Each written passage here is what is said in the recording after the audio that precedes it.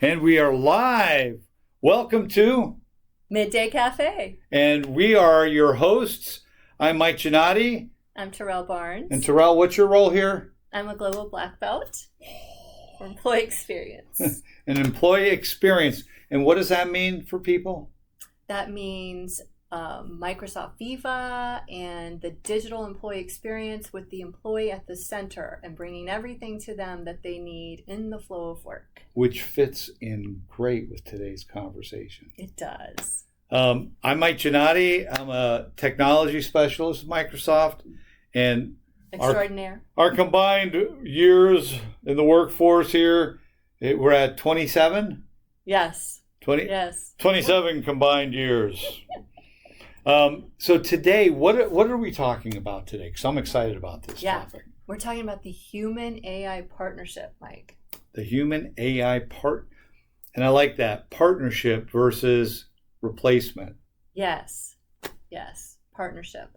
How do we go from autopilot AI to co-pilot AI, where AI is actually helping you do your job? And there was you cited a quote a little while ago to me from Satya. Satya Nadella, our fearless leader. Yes. And Satya, what did Satya have to say about this?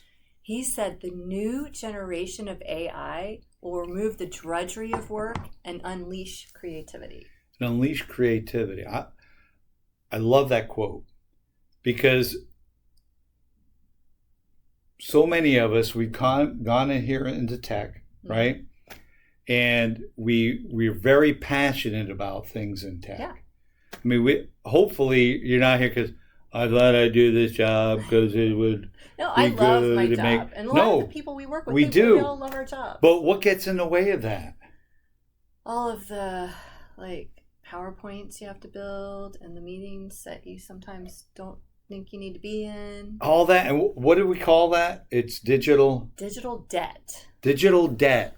Yes. So all those different things. And, you had, I think, looking at some of the signals that are out there. We've been monitoring this, right? Yeah. And especially since the pandemic, right? And moving forward, people's work patterns and all that, because we're getting all these signals. Mm-hmm. And what are some of the things that we found out with that? Yeah, we did a survey of 31,000 people in 31 countries. And we analyzed trillions of signals from the Microsoft Graph. Yep. And we actually included labor trends from the LinkedIn economic graph. And so we looked at all these things, and there are 3 urgent insights, Mike. Okay. That's really top of mind. One is digital debt, and it's costing us innovation. It's zapping people's energy and ability to focus and actually get real creative work done. And we see that all the time. Mm-hmm. I feel that. I do too. I mean, how are you meeting wise? Are you in only meetings that are relevant and important to your job? To be totally honest, I'm double and triple booked, and I'm always trying to figure out which meeting should I really be in. And then sometimes I'm in that meeting, and then it's 30 minutes and the other one's an hour, and so then I join the other one late, and that's actually what I've been using Copilot for. So is catching up. How are you using it? Well, I joined the meeting late today. Yeah. Because I was in another meeting. Yeah. And it recapped everything that was going on and who had spoken and what they prior had shared. To you joining. No, right when I joined, it said... No, I mean, when you joined, it recapped what's already went on? Yes, exactly. It caught you up? It caught me up. Oh, and then I asked it for more detail because there was a story that was shared. And I wanted to know more about that story. So I said, give me more detail about that story. And it did. It was great. Awesome. It was really cool. I have it. I got to use it. So I've used it after the meetings. We have meeting recaps there, but then, I did go in for one meeting. I missed this last week because I was double booked. And I went in and I asked it to summarize the meeting, and it bulleted out for me all the, highlights and things that I had missed. And I read that, which took me about 5 minutes versus playing back the recording, which would have been an hour. Right. And there are some like that's kind of been the biggest insight, and the biggest thing that people across organizations and industries say is their number one issue is inefficient meetings. And Matthew Duncan, he's at Microsoft, he's our future of work leader, right? He was talking about how really we can treat meetings as a digital artifact now, so that you can actually go in and leverage AI and Copilot to summarize what took place and the action items and what you might have missed, so that you can interact with it when you need to in a way that makes sense for you, versus having to attend if you're not somebody that's really needs to be in that actual meeting participating. Yeah, that's huge, because that whole idea of digital debt, and it saps your energy. I mean, it makes you, there's days where I'm sure you're the same, where I finish and I'm like, you're exhausted. I'm exhausted. Yeah. I haven't done anything physical. I've been sitting but your brain's just nonstop and you're never off. Mm-mm. And that's tough, especially because it's taking you away from the things that you're passionate about and that you want to contribute to, but you don't have time. And that you were honestly hired to do, Yeah. I think of the last one on this one point that I think of a lot. So I work with a lot of solution sales specialists. And those poor folks are in I'll just call it out. It's Excel hell. Yeah. They're in spreadsheets, constantly having to pull data from here and here and here. Instead of talking to customers, they're spending hours and all kinds of time on spreadsheets, building stuff. And wouldn't it be nice for them to be able to invoke an assistant like Copilot, Microsoft Copilot, to be able to, and just tell it what they want? Yeah. That's like magic. It's magic. And then it frees them up to do the things they were actually hired to do, and that they want to do, that they're passionate about. Yeah. So that's digital debt. What's this other second bullet point that you had down there? Second bullet point is, the new AI Employee Alliance. So really how AI can help you prioritize your, emails and figure out and summarize your meetings. Like we were talking about, how do you make AI your partner to support you? So you brought up one again that just like my mind gets the new possibilities. This, email. I don't know about you. I'm in email hell. I used to be in email hell. I quit caring. I deprioritized email. Yeah, I'm like, I take a Zen approach. I let it wash over me, and what I read, I read. That's not good. I know. But that's not good. So I get, like right now, if I went into my box, I guarantee I'm probably at around 14,000 unread emails. I just can't keep, I get, 400 or 500 a day, and I'm in meetings I'm in digital debt for meetings. But do you have Copilot in Outlook yet? So, just lit up, and one of the options by default was, I have it for Outlook, but also I have it right in Teams. One of the options in Teams for Copilot was I can have my emails summarized around a person, around a subject, or just my email for the last Teams. In Teams, because you have an email and it's like a conversation, and I just and those are like ready-made prompts, and it will spit it back. I have to do that. I have the Bing app now on my phone from last week's session. I have got to do that. It's Outlook and Teams and Copilot to be assisting with it. Yeah, it's crazy. That's exciting. That's like having your own exec admin. It is. Who comes in, or your own team, right? That comes in and tells you, like, you think about like the late night show hosts, right? They have all these subjects. They don't come up with that stuff. They have teams of people who say, hey, we researched and we did this. And hey, here's the pitch for this. And here's the points for this. Yeah, because they weren't on the air when they were all on strike. Right.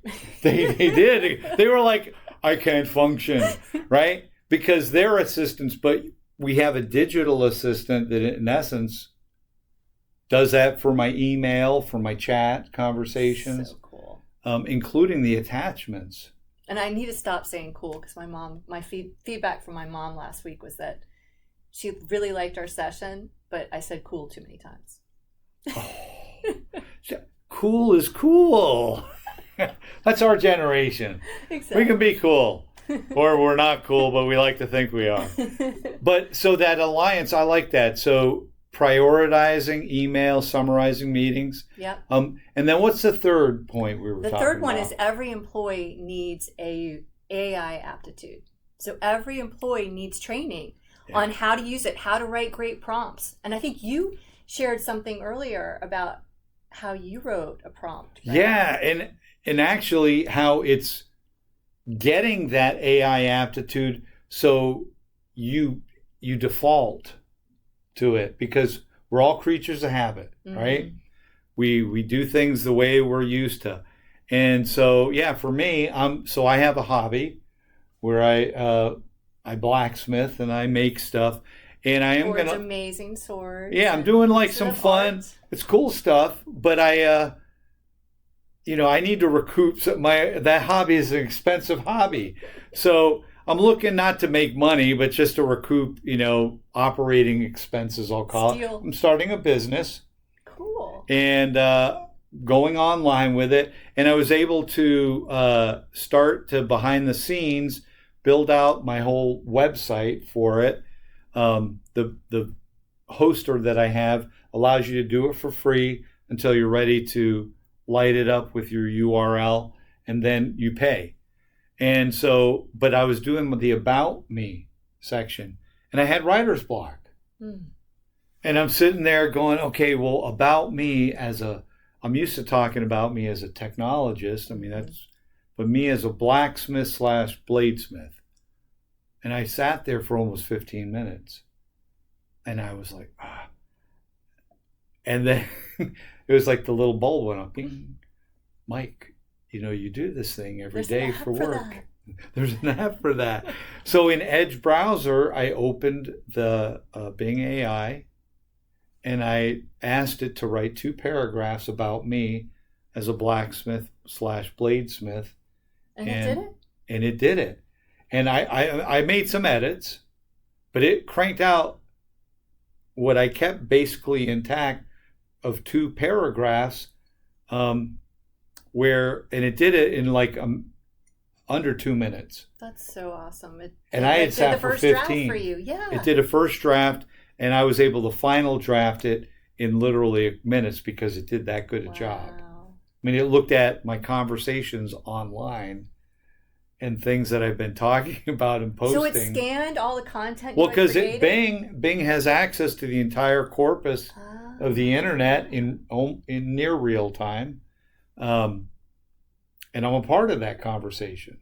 So it grabbed all that info about me, and that's really. But awesome. That goes to that AI aptitude. So there's a couple of things that orgs should be thinking about, right? With that. And what are those?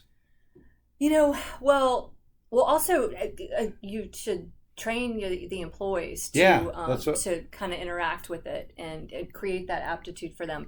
But also checking for bias. Like, did you check it for bias? Because, that's out there too. Yeah.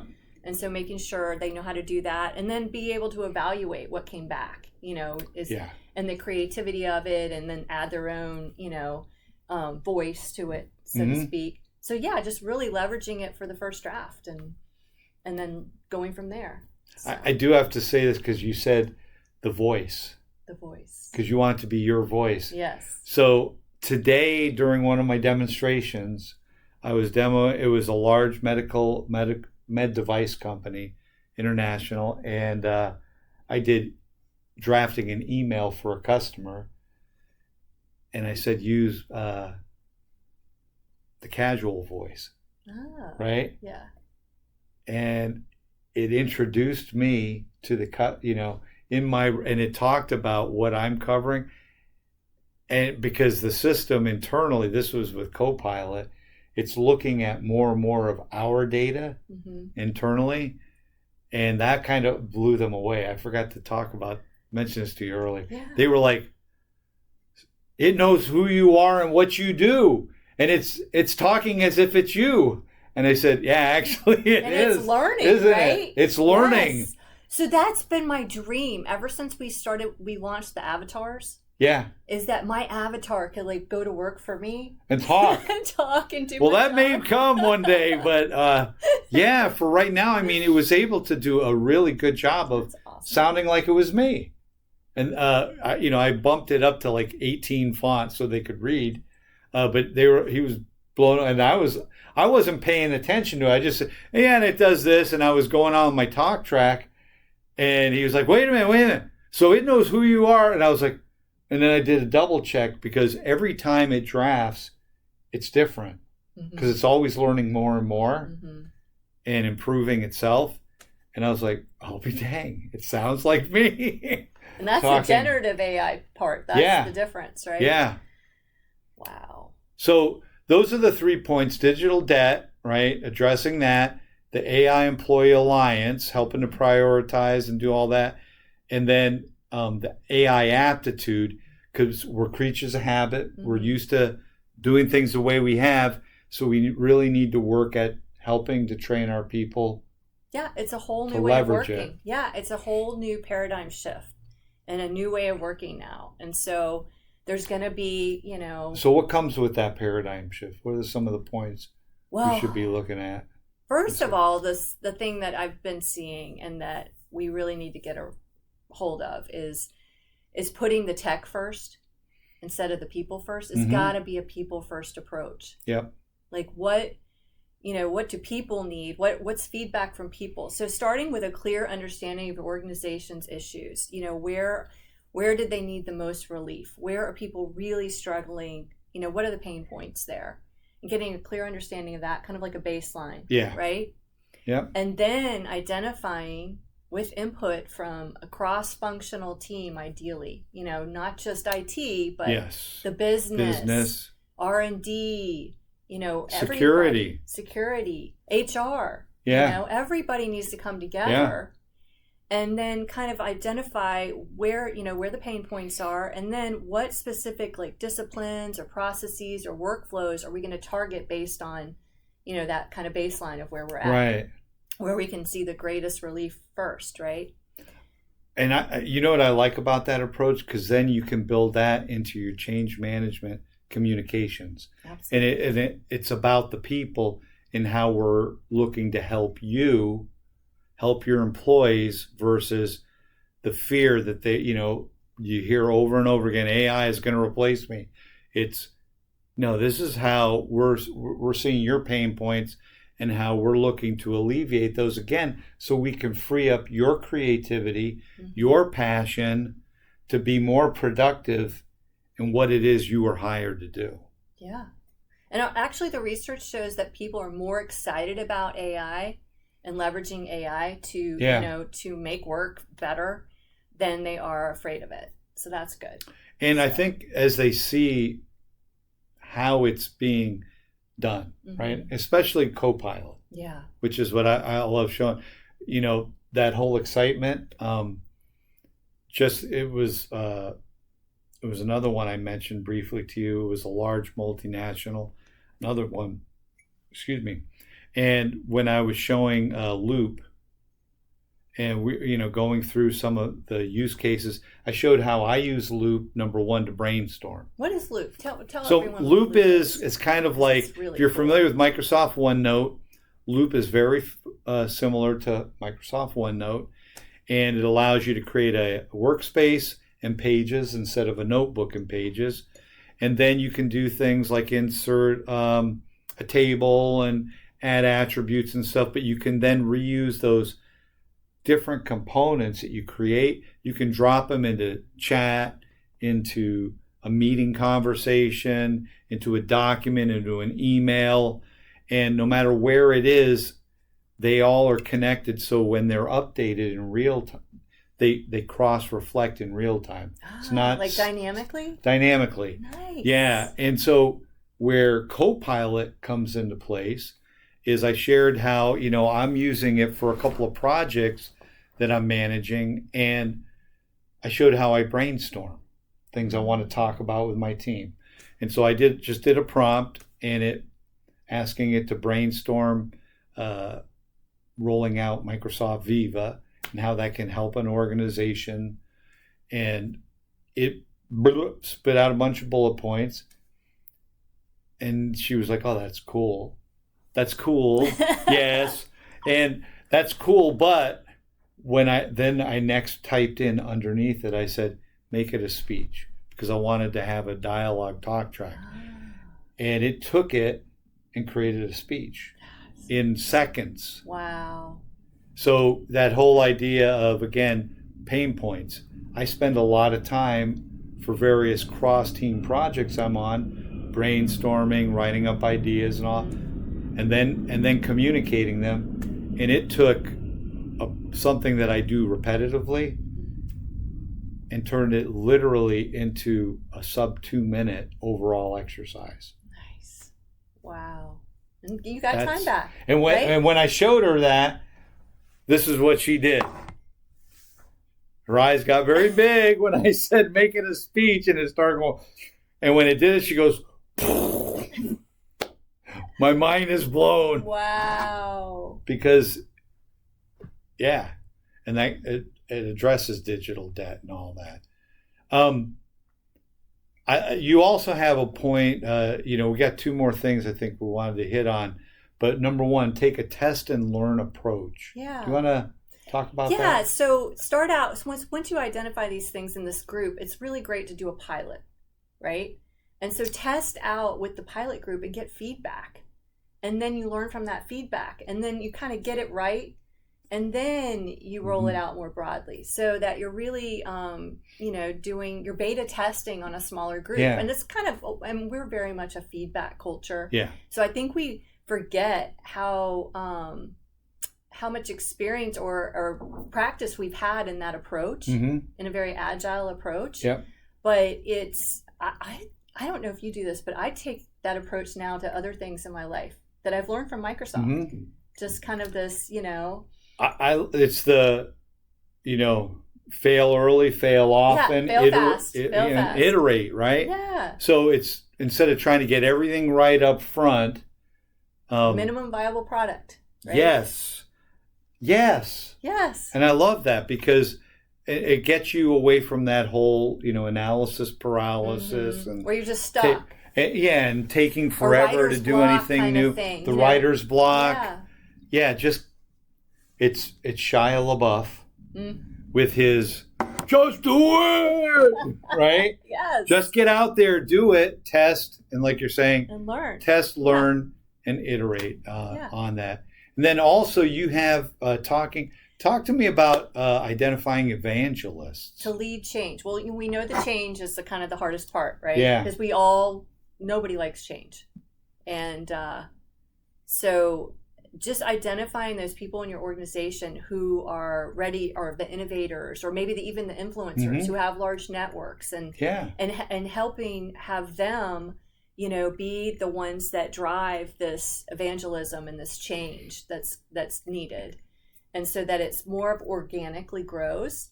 So that's kind of the last piece of this. You know what I just thought of? I mean, we're talking about putting people at the center, but this piece of tech kind of does. Yeah. In Viva, which we both cover. Right. Engage. So you're evangelists because we have storylines. We do. And that's a great way. I mean, you're going to have your formal communications and things, but the formal communications can also leverage the writings and videos and stuff of those evangelists, putting stuff out and saying, hey, have you thought about this? Have you thought about... Yeah, that's a great idea. And then they can also share it in other formats too, like, in a blog post somewhere else, or maybe on, another URL and website, so that it's a multi-pronged approach. So no matter how somebody's engaging with the tech and with the, corporate comms, so to speak, they're going to get it. You get the formal and the informal communications, because you have Corp Com in conjunction with that change management and communications, but also the evangelists and champions who are doing more of the informal grassroots work, which we know more people Yes, and follow the social sharing aspect. And especially when you have all these generations in the workforce, it's really great to have a diverse group in your pilot so that you can get feedback. Because when one person might live in email, another person might never really read their email, you know, and just they're in teams. And so it just depending on how people are working, meeting them there. I love it. So I guess the last point, and it was in the very beginning, but when we talk about this whole idea of the human AI partnership, bringing it all together, Satya, I think, again, says what? The new generation of AI is going to help remove the drudgery of work and unleash creativity. So that's what you should be doing. If you're not looking at this today, you should be, in particular, putting people first. Absolutely. And looking to solve. Well, I think that's a wrap. That's a wrap. So, yeah, think AI. Contact your Microsoft reps if you have questions. Absolutely. They'll bring people like myself, Tyrelle, others. There's many others out there. There is a plethora of Microsofties who are ready to talk to you about all this. So, please engage us. Yeah. And if you have questions, comments, things, suggestions for our podcast moving forward, we'd love to hear them. If you have guests that you'd like to see us talk to, we'd love to hear that because we're going to start doing guest segments. And with that, it's Mike. Tyrelle, have a great weekend. Take care, everybody.